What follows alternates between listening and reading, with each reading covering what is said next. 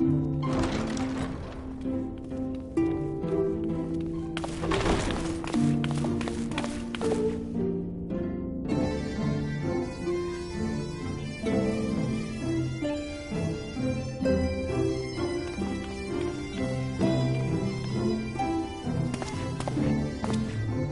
to the Ocular, my private study. We can speak here without fear of being overheard.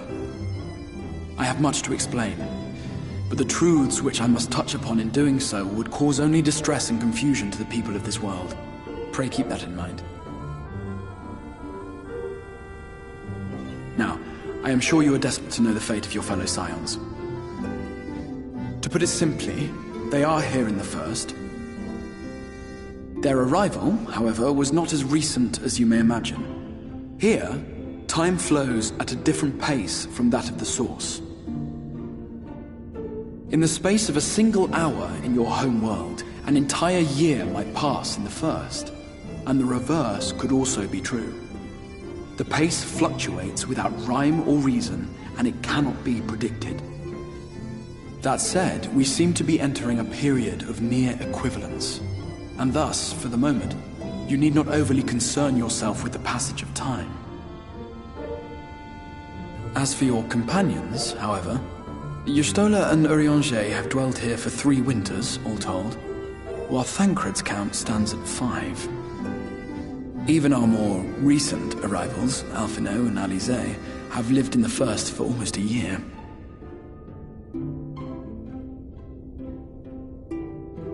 My intention had been to summon only you, but the art of reaching across worlds has proven exceedingly difficult to master. Thus it was that my fumbling hand closed upon those to whom your fate is most closely bound as well. As they were not the object of my summons, their transference was incomplete.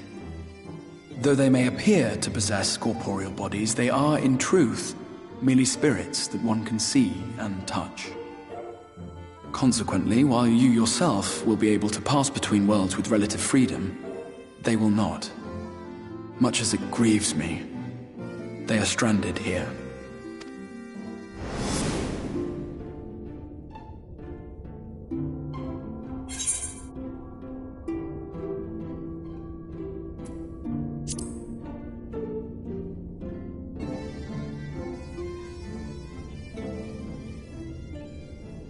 We spent every waking hour searching for a way to reverse the summoning. In the beginning, at least. As you may have surmised, however, our efforts met with little success. And then we all but abandoned the endeavor once Urianger shared with us the vision he had witnessed during his journey through the rift. In that chaotic no-man's land between realms, time and space warp and blend in unexpected ways. What Urianger saw was the future. That which would one day come to pass.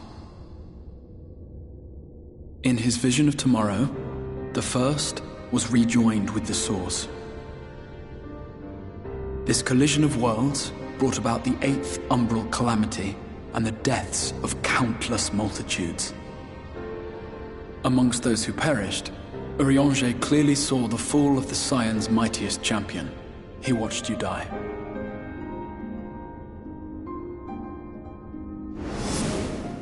And thus did the Scions embrace their exile, and began searching this world for a means to forestall the coming catastrophe in yours.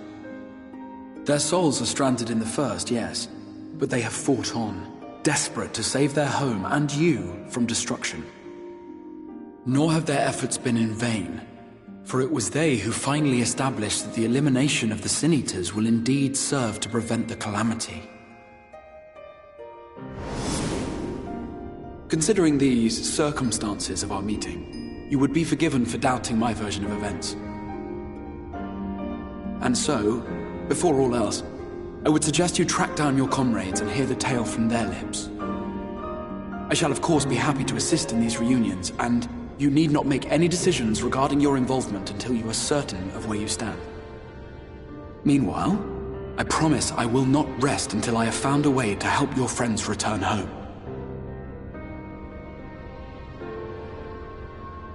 What say you? Have I earned your trust for the moment, at least?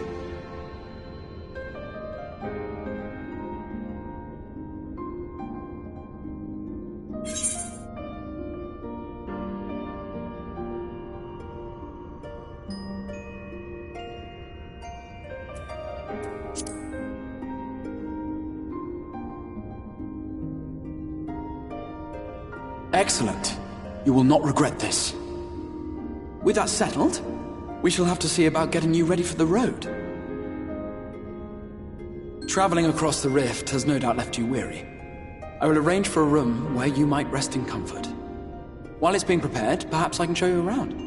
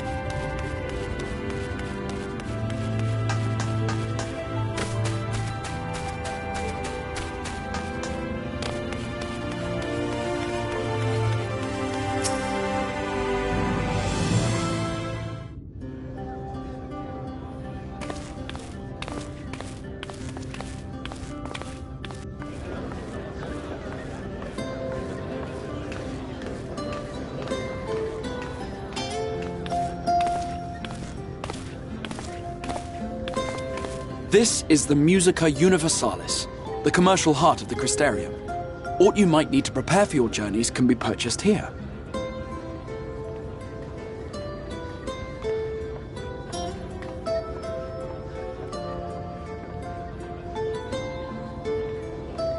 Ah, yes. You must be curious about the currency. Fear not. The gil you carry will serve you well enough. Each nation once minted its own coins, but 'twas all a jumbled mess following the flood. After much debate, the local merchants eventually elected to revert to the old ways, wherein a coin's value was decided by the worth of its metal. As for a unit of measurement, we agreed upon the term gil, a word borrowed from coins uncovered within the Crystal Tower here. And as our traders peddled their wares across the land, so too did our usage of gil become common practice. From what your stola tells me, a standard coin from the source equates to exactly 1 gil here, or near enough not to matter. Our way of life has benefited greatly from the artifacts we recovered from the tower, some of which may be familiar to you.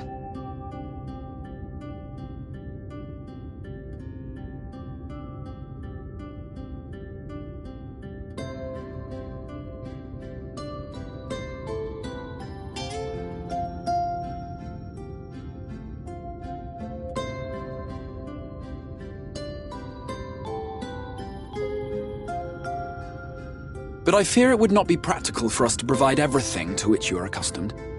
You shall need a means to access the commodities of your home world.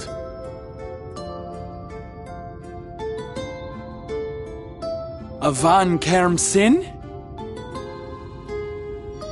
Yes, I'm here! Of course I'm here! What amusements do you have for me today?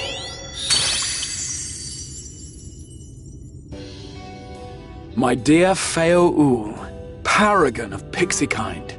For you, I have the most vital task. This fine lady is a friend from a distant realm. And we have need of a means to ferry things back and forth from her home. Might you be able to assist us in this matter?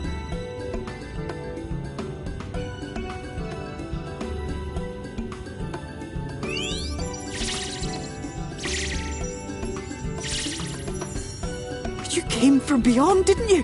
From beyond the rift? How wonderfully exciting! What a brave and reckless and marvellous thing you did! You've the heart of a pixie, you do. After careful consideration, I have decided to grant you my assistance. Make a pact with me and the fun can begin. But answer me this, traveller. Did your garments come with you when you crossed over? Your teeth? Your nails?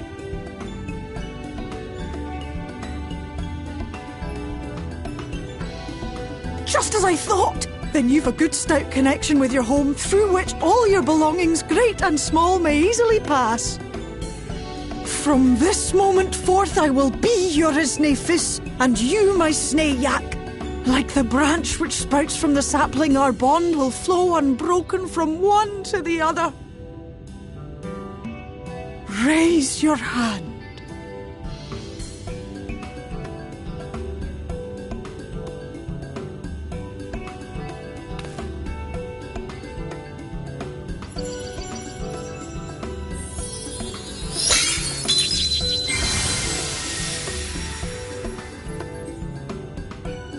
Tis done. We are bound now, dearest sapling. Come then. Make your request. Tell me your desire. I wish to visit this world of yours. Mayhap her message to your friends in the Source to inform them of your safe arrival.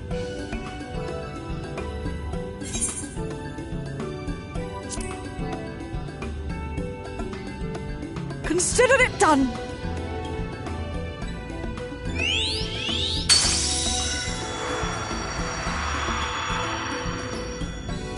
As you heard, that was Feo of the Pixies. Their kind possess an affinity for magic akin to that of arcane beings. They rarely show themselves in populated areas, but Feo is insatiably curious even by pixie standards, and seems to have taken a liking to the crystarium. Right, we were going to organize a room for you, weren't we? Come along.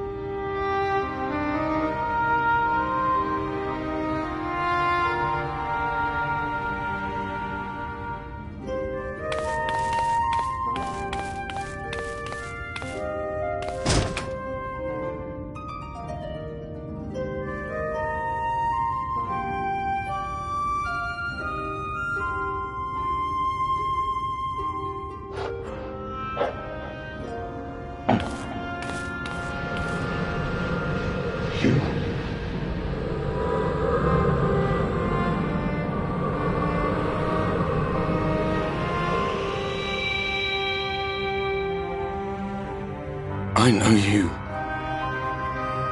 You're the warrior of light from the source.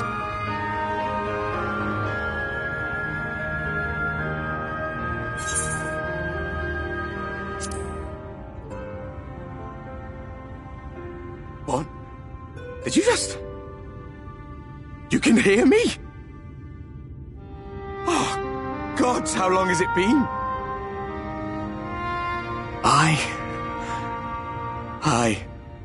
That was what I called myself in your world. The Warrior of Darkness. My real name is Ardbert. I used an alias in the source, a daft one, looking back. If you recall my tale, it was my comrades and I who caused the flood.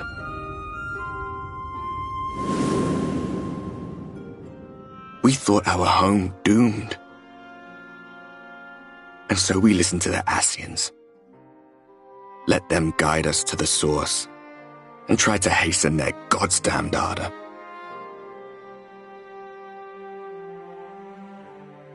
I remember when we fell, defeated by you and yours. I remember our audience with Minfilia, how she listened to our pleas and returned our souls to the First.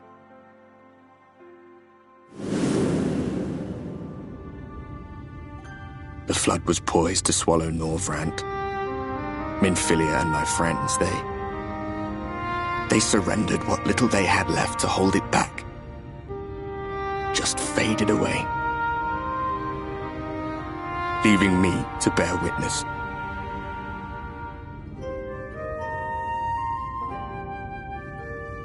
Tell me, do you know the year? How much time has passed since we caused the flood?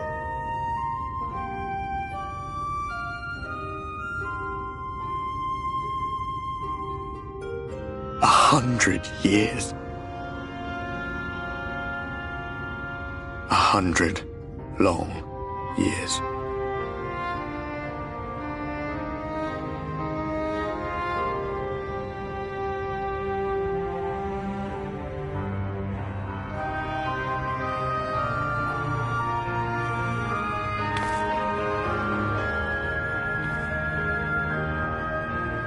My hands find no purchase.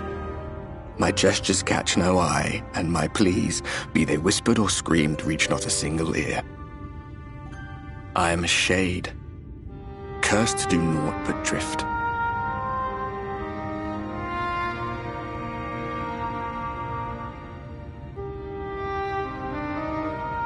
I feel as if I've been walking forever.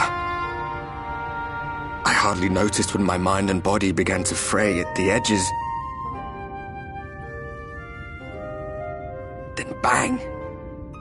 My senses were sharp again. I felt like a fish being reeled in, and before I knew it, I found myself in this room. Why is it that you can see me? What are you even doing here, come to that?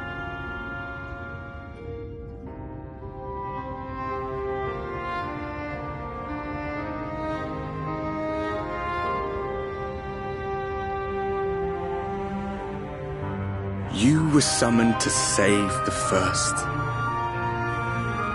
A waste of time. This world is beyond saving, like those who tried to save it.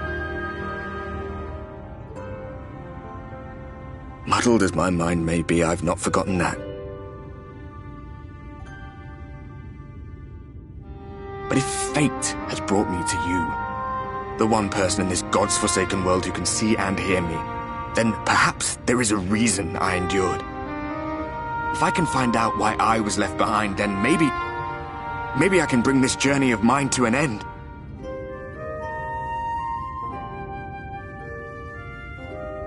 Well, I'll be watching, Warrior of Light. But do me a favor. Be careful out there. This world has had its fill of heroes.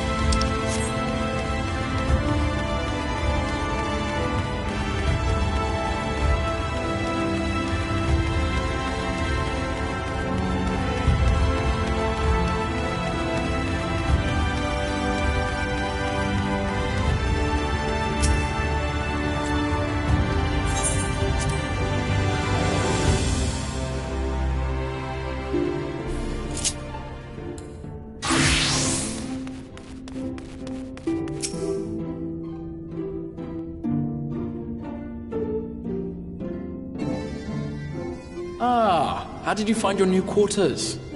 I trust you were able to rest?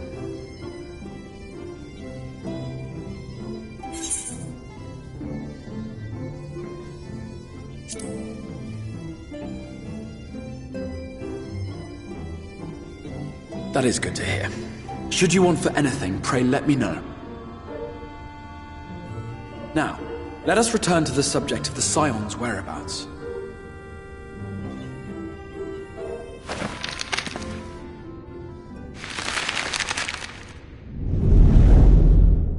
This map shows the lands of Norvrand, the only area to be spared the Flood of Light. The Crystarium is here, in the region known as Lakeland. To the north is the fairy kingdom of Il-Meg. That is where you'll find Urianger. To the east lies the once prosperous civilization of Rak-Tika. Your Stola is stationed there, in the heart of the forest. Alas, neither location can be reached without considerable difficulty. As such, I would suggest you first seek out one of the twins, each of whom is stationed but a short flight from the Crystarium.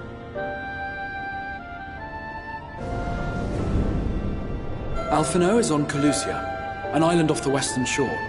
It is home to a city called Yulmore, where the rich and privileged while away their days in idleness. For his part in furthering our cause, Alphino journeyed there to meet with the citizenry and forge alliances. From what I hear, he has since kept himself busy gathering information around the main settlement. Alize, meanwhile, traveled south to the arid wastes of Armarang. They lie upon the very edge of the inhabitable world, where the Flood of Light was halted. Those who dwell there live in constant fear of attack by the Sin Eaters. In contrast to her brother, Alize felt that her energies would better be spent learning about the enemy, and thus she sells her services as a guard, both to hone her skills and gather information on our foe.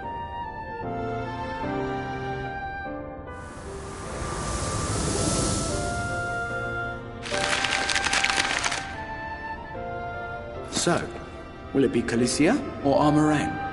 It matters not which you choose to visit first. Simply inform me once you have made your decision, and I will see to it that you are provided with a suitable mount.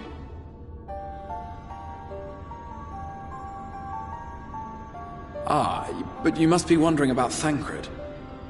He has taken up with a new companion, and is presently engaged as a wandering hunter of Sin Eaters. Being ever on the move, his whereabouts are often difficult to ascertain, but I am certain your paths will cross ere long.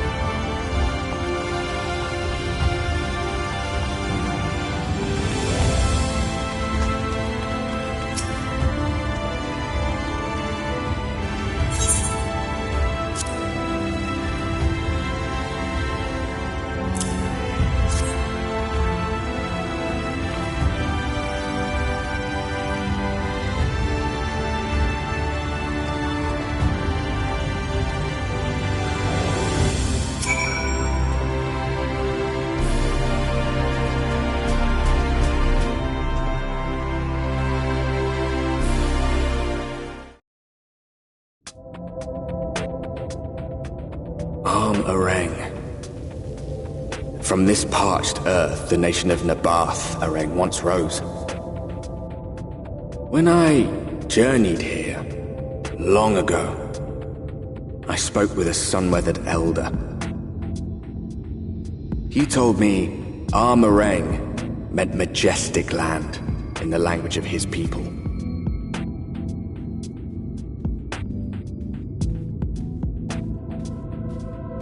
And so it might still be, were it not for the light's unrelenting onslaught.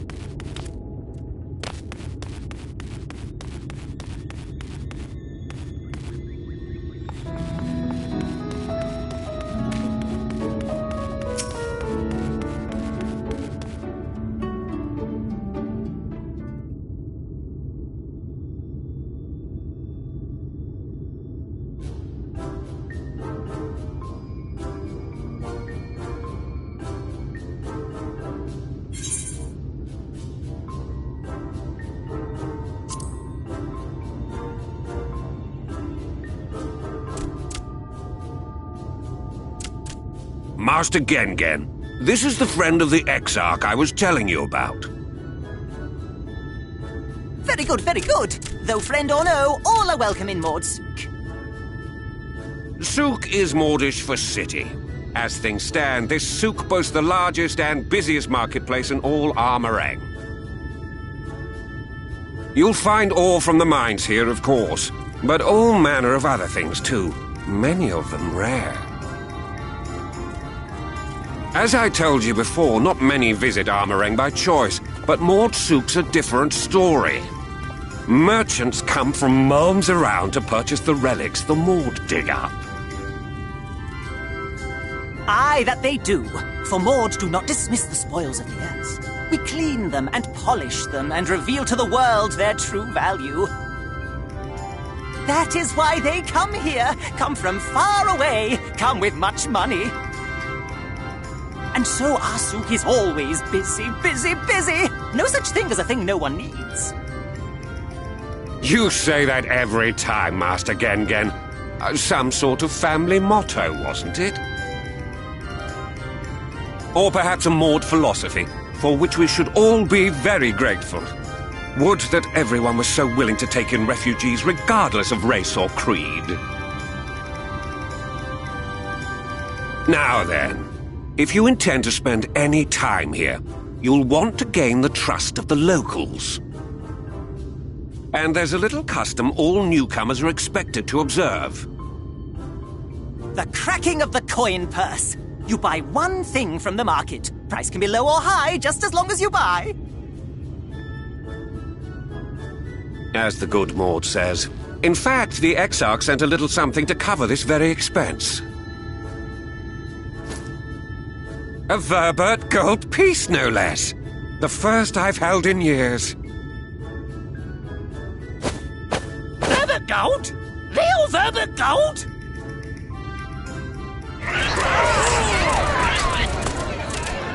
Here, newcomer, crack your coin purse with me. Oh no, you want my goods, newcomer. I have jars and pots all smooth and shiny. Over here! Come and look! You buy.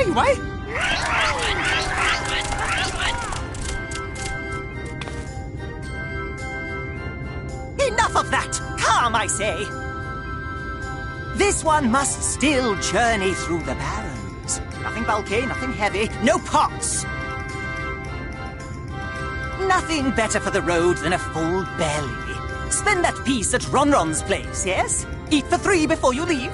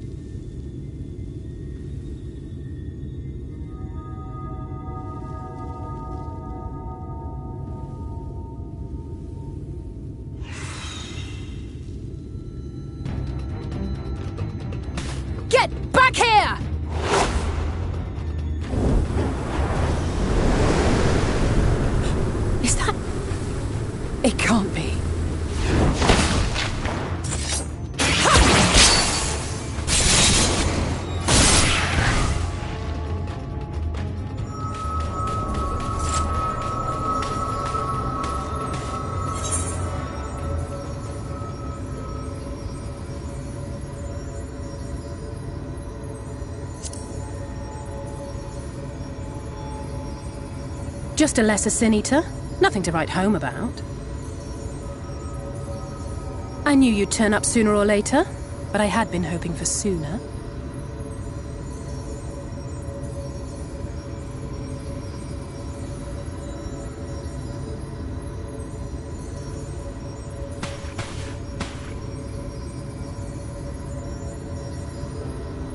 How are you?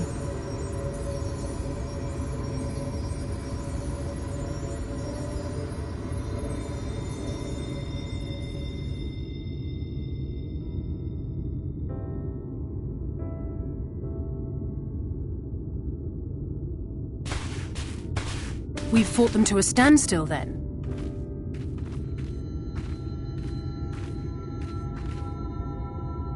The Exarch did say that the Empire seemed to have drawn back when he last looked in on the source. But without knowing for sure how fast time was passing there, I couldn't help worrying that a lot might have happened since then. I'm heartily relieved to hear that it hasn't, just as Alphino must have been. As you can imagine, both he and Urianger were desperate to hear the news from home when I arrived. I haven't actually seen Thancred and Y'shtola yet, but they will have heard all the latest developments from the Exarch by now, or should have at least.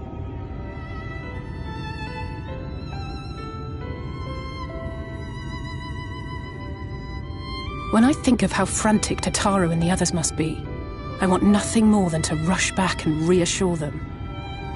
But we still haven't found a way to reverse the summoning, and even if we had, we couldn't just ignore Urianger's vision. He may use 10 words where 1 would suffice, and they may often obscure as much as they reveal. But on this matter, he was as clear as day. I do not doubt for one moment that he saw what he claims. Nor how difficult it must have been to speak about them. The 8th Umbral Calamity and your death aren't exactly topics for idle conversation. As much as I might want to go home, I don't want to go home to that. We can't allow the rejoining to happen, which means we have to save the first from the Sin Eaters.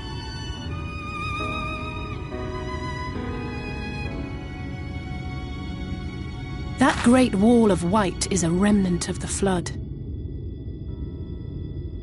100 years ago, the balance in the first tipped decisively in favor of light. From that moment, it rose and swelled with each passing day, and then, without warning, it burst forth like water from a broken dam. A colossal wave of pure light, drowning everything in its wake. Only Norvrant was spared. For the most part, living things are composed of ether of various different aspects. But when exposed to such a flood, their etheric harmony is shattered, and their natural form breaks down.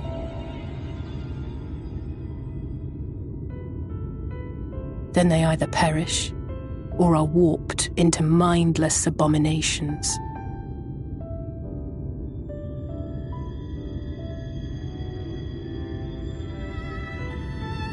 Yes, that's how the Sin Eaters came to be.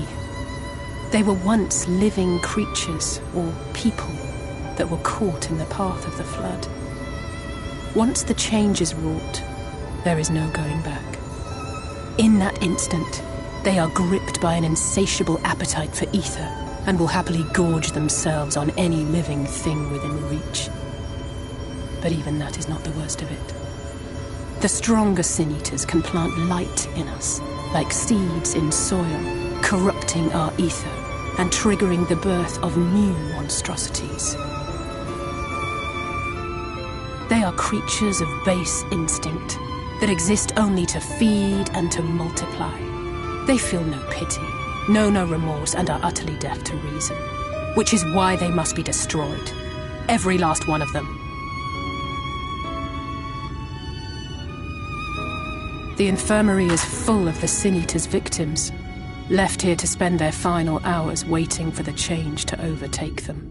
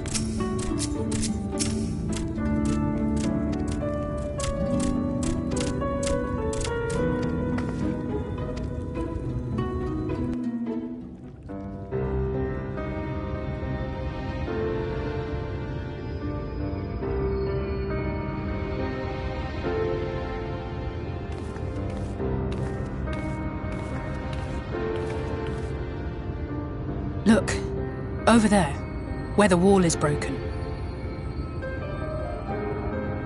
Do you see what lies beyond? That's what the land became after the light flooded in. An empty, white nothingness. Life cannot exist in such conditions. The primordial light would wreak havoc on the body's etheric balance.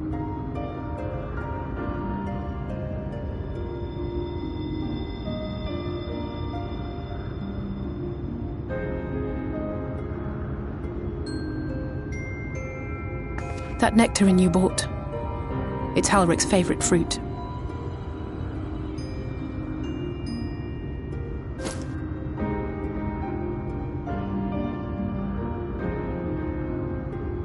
Most of the patients, Halric included, survived the attacks of powerful eaters.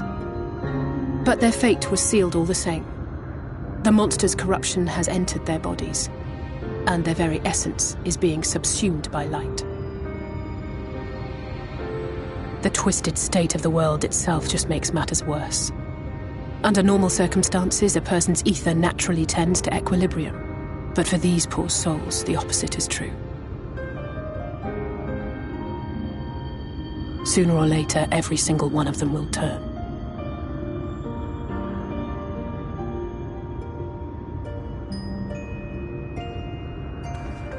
Tesleen and the patients, they all know this.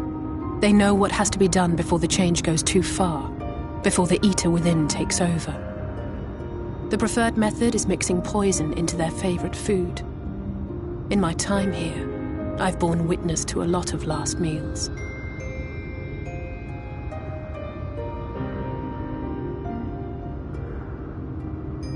I feel just as helpless as before. No matter how hard I fight, it's never enough.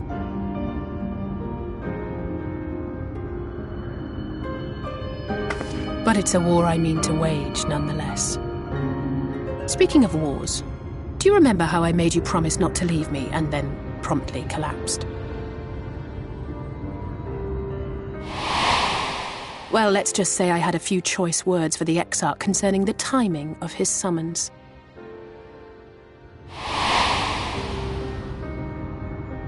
But even if the fault lay with someone else, I couldn't shake the feeling that I'd abandon you on the battlefield. So I swore that I'd make up for my absence there by making a difference here. And that's what keeps me moving forward, even when things seem hopeless.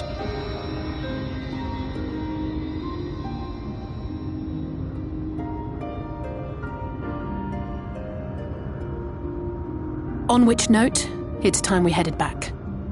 The longer we keep Tesleen waiting, the harder this will be for her.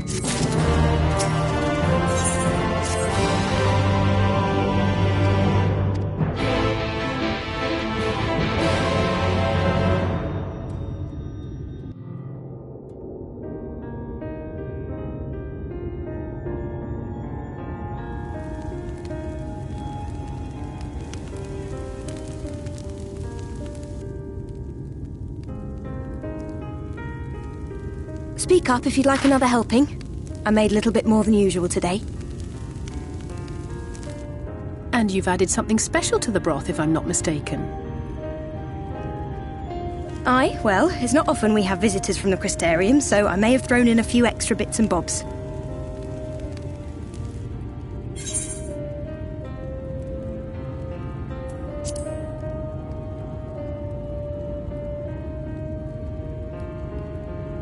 That's what I like to hear.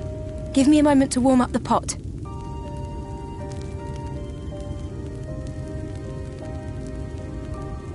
In a place like this, you learn to take what moments of happiness you can get.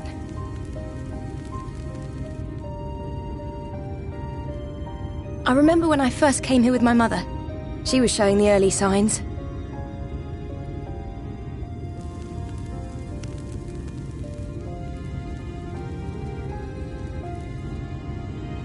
I knew there was no way to save her, but I just couldn't face what needed to be done.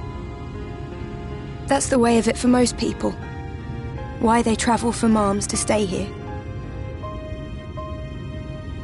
Beaten, broken souls come to wait out the inevitable, to receive the mercy of a painless death.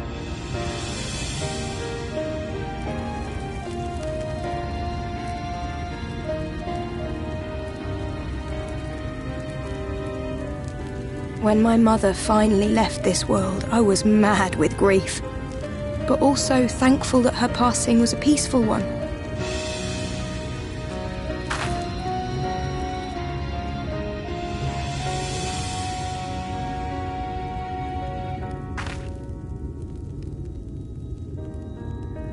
It's never easy, ending a life you've cared for, even when you believe they go on to a better place.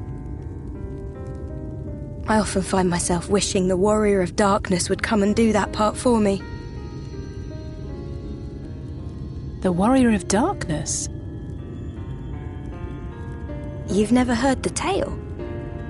I'm not sure where it began, but every child in Norvrent could tell you a version of it.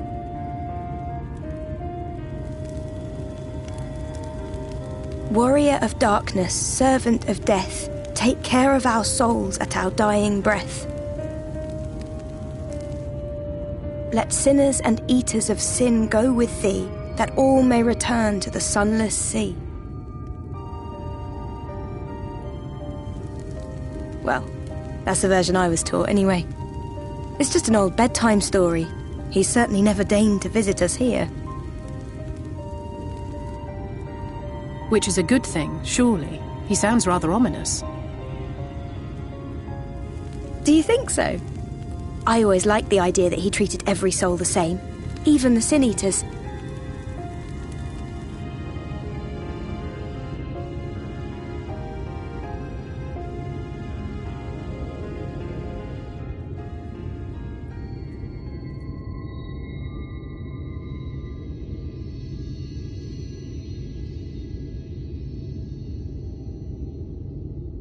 They're coming. Desleen! Have you seen Halric? I swear, I only took my eyes off him for a moment.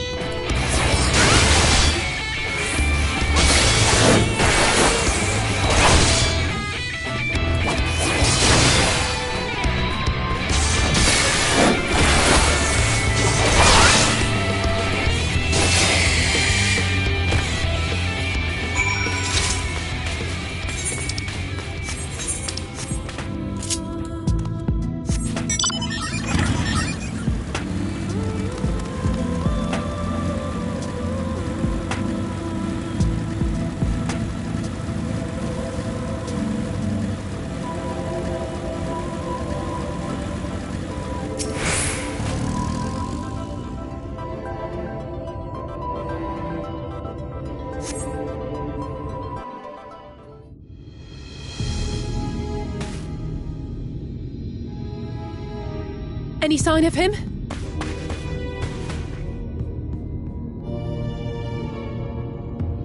No luck then. But he surely can't have gone far. We should keep looking. The Sin Eaters are out in force, and if we don't find him soon, you can be sure they will.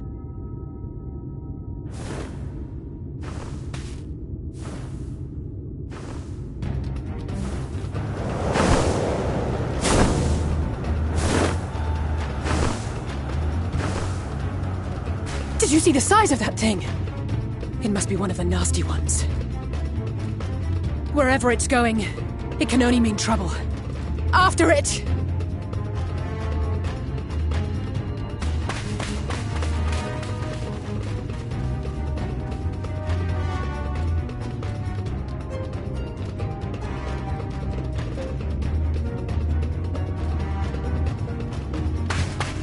There it is!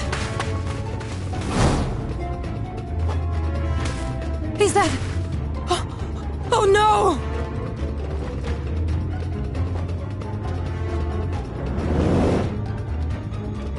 Ulrich!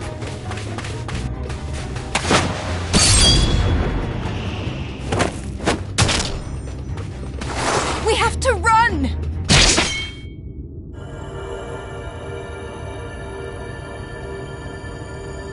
Tesleen! No!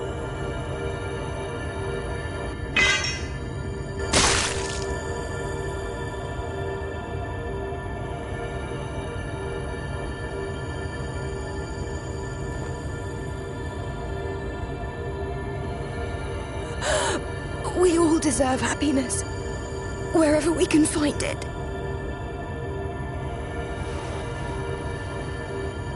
The time left to you is precious. No one should die in pain. Mother,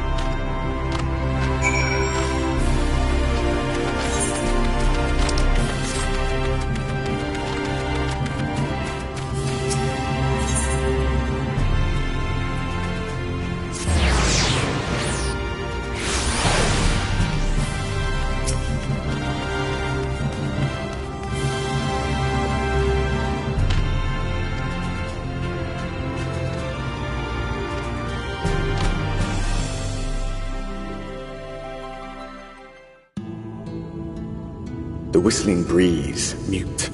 The pounding surf, frozen. Time itself takes a breath.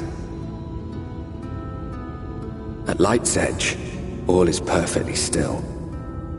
The world captured in a painting, locked in a moment. Music, faint and fleeting, drifts coastward on the lifeless air.